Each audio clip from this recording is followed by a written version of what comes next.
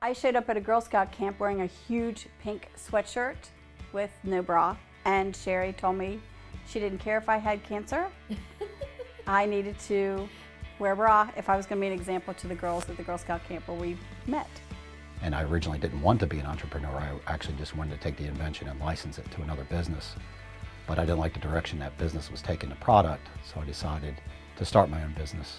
I used to work as a forensic toxicologist at South Carolina Law Enforcement Division, and I came up with this idea based on something I would do on a daily basis, is pipetting liquid samples. That's when I approached Kim and I was like, "You've got to wear a bra." And she was like, "Well, I have cancer and I can't find anything that fits or that's comfortable." And I was like, "Oh, bull, come on, I'll go with you."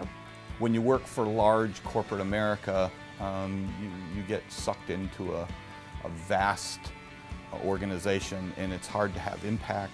So I realized early that I hoped someday to be able to do something important on my own. The incubator actually gave us the empowerment of somebody to bounce ideas off of. Yeah, and when we first started, we were just locally, and we started out in a 10 by 10 cubicle, and now we're in a 5,000 square foot standalone building.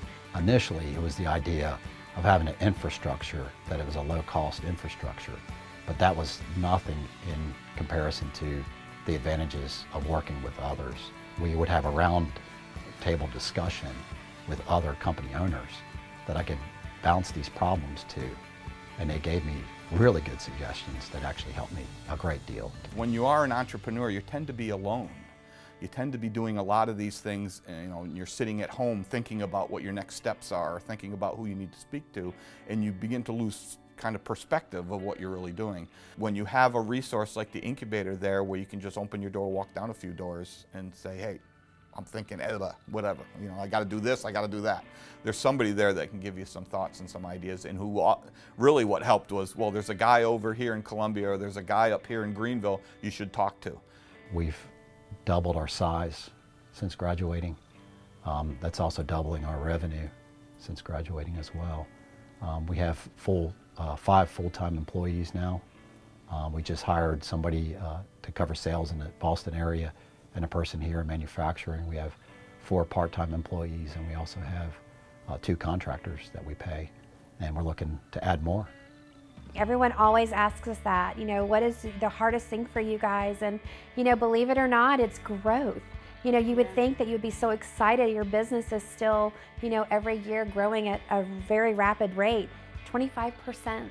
That's crazy in your 8th year. Growing the business when you're hiring people, I think that's the greatest accomplishment. There's no better feeling than knowing that you're providing jobs and having a positive impact on families. I think that's a great thing. Follow your passion. Don't take no. Don't take no. Yes, absolutely.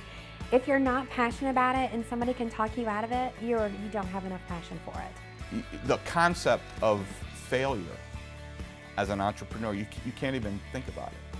You're going to fail. You're going to make mistakes daily, if not hourly. You just have to bypass those. You can't spend a lot of time on it. You're going to make mistakes. Try not to make it more than 2 or 3 or 4 times. Learn from them, and then move forward. Stick to what you always believed is right.